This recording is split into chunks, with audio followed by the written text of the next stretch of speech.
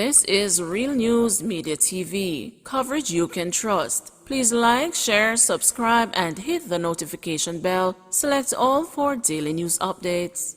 Good morning, my Real News Media TV family. Thank you so much for tuning in this morning, and I'm wishing for everyone a wonderful and a productive day. And in the news this morning for June 6, 2023, electrician killed in St. Catherine collision. An electrician is dead as a result of injuries he sustained in a motor vehicle collision in Point Hill, St. Catherine on Sunday. Dead is 66-year-old Leon Green of Old Works District in Watermount, St. Catherine. Reports from the Point Hill police are that about 4:50 p.m., the driver of a motor car in which Green was a passenger was traveling along the Watermount main road in the parish. Upon reaching a section of the roadway, the driver allegedly swerved to avoid a pothole and collided into a motor truck which was traveling in the opposite direction. The police were alerted. On their arrival, they assisted the injured to the hospital, where Green was pronounced dead and the others treated and released. 2 firearms and ammunition seized by the St. Andrew South Police. Andrew South Police Division seized 2 prohibited weapons, including a 12-gauge shotgun, in 2 separate incidents during the last 24 hours. In the first incident, at about 2:30 p.m., lawmen were conducting an operation on Black Sea Drive, Seaview Gardens, Kingston 11. An abandoned building was searched, and 1 Mossberg 12-gauge shotgun was seen inside the building. At about 5:10 p.m., the lawmen were on operation on Walton Park Avenue, also in Kingston 11, and the SPCY PTX 2.9mm pistol with a magazine containing 1 9mm round of ammunition was seized. No one was arrested in relation to these seizures. Investigation continues. Jamaican farm worker dies in Canada. The Ministry of Labor and Social Security has confirmed the reports of the death of a Jamaican worker on a farm in Nicaragua on the lake in Ontario, Canada. The ministry says an initial report from the Jamaican Liaison Service in Canada indicates that about 7:25 a.m. on Friday, May 26, the 32-year-old worker did not get out of bed. The report adds that efforts by paramedics to resuscitate the man had been unsuccessful. A subsequent report confirmed that the coroner had determined that the death was due to natural causes. The ministry says preparations are being made to have the body repatriated to Jamaica. It added that the Family Services Unit of the ministry has been providing psychosocial support to the family of the deceased in Jamaica.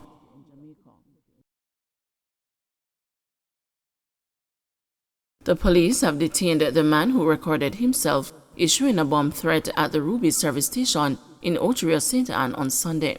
The 25-year-old man was picked up in Old Harbour, St. Catherine on Monday afternoon.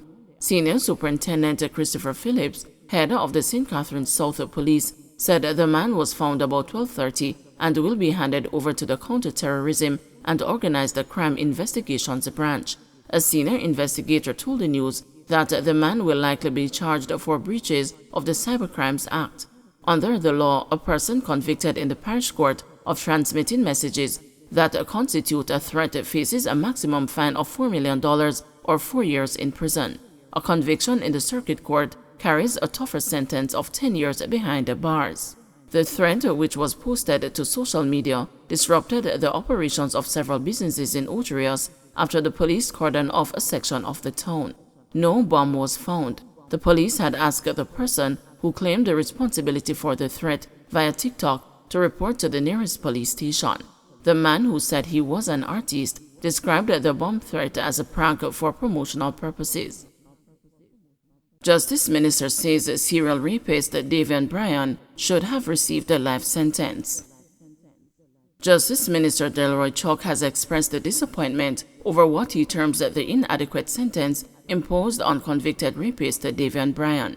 Bryan pleaded guilty to multiple counts of rape, forcible abduction, and other assault charges and is to spend just over 23 years behind the bars. He will be eligible for parole after 16 years. Bryan was sentenced when he appeared in the St. Thomas Parish Court last Wednesday. In a media release Monday afternoon, Mr. Chuck said a sentence of life imprisonment would have been more appropriate. He said Bryan demonstrated by his own admission that he is a sexual predator. The Justice Minister reiterated the need in all cases, including where the offenders have pleaded guilty, to consult with victims and or their families on a suitable sentence. He said the public must note that the Criminal Justice Administration Act and the Plea Negotiation and Agreements Act allow for this kind of consultation. Mr. Chuck said this is an important aspect of the sentencing process to allow victims and our relatives to have their concerns taken into account.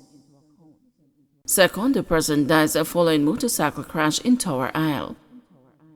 A second person has died following Friday's motorcycle crash on the Tower Isle Main Road in St Mary.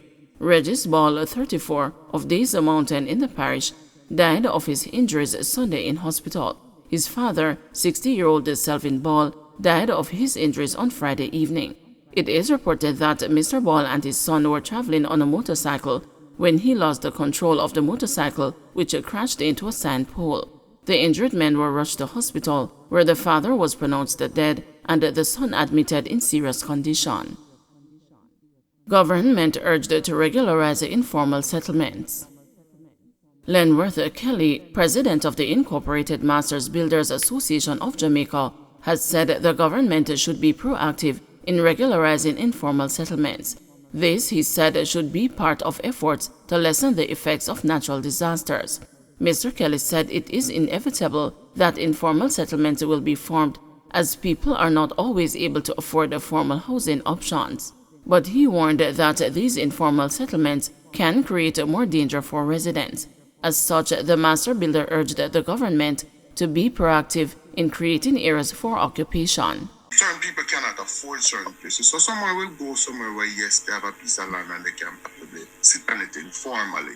But in doing so, they can create more danger for themselves. And so there has to be an effort of sorts where government has to be proactive, being the largest landowner, has to be proactive in creating areas for occupation. But put in some basic, scrape out some roads, define some lot sizes, and allow people to occupy. With time, it allows you to fill the infrastructure out in a more efficient way. So get them some water first, and then you can, later on put in paved roads or perhaps even put in proper sewer systems, but get the people in places that are ordered.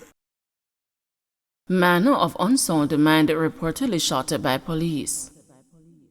A St. Catherine man who is said to be of Unsung Demand has been hospitalized after he was reportedly shot and injured by a police party outside Linstead yesterday afternoon. According to reports, at about noon, the cops approached the man, who was armed with a machete, at a location called Ochi Bus Stop. He was ordered to drop the weapon, but he disobeyed and challenged the police, who shot him in the leg and arm. He was taken to the Linstead Hospital, where he was admitted. The Independent Commission of Investigations and the Inspectorate and the Professional Standards Oversight Bureau have launched a probe into the incident. Don't forget to like, share, subscribe, and hit the notification bell. Select all for daily news updates.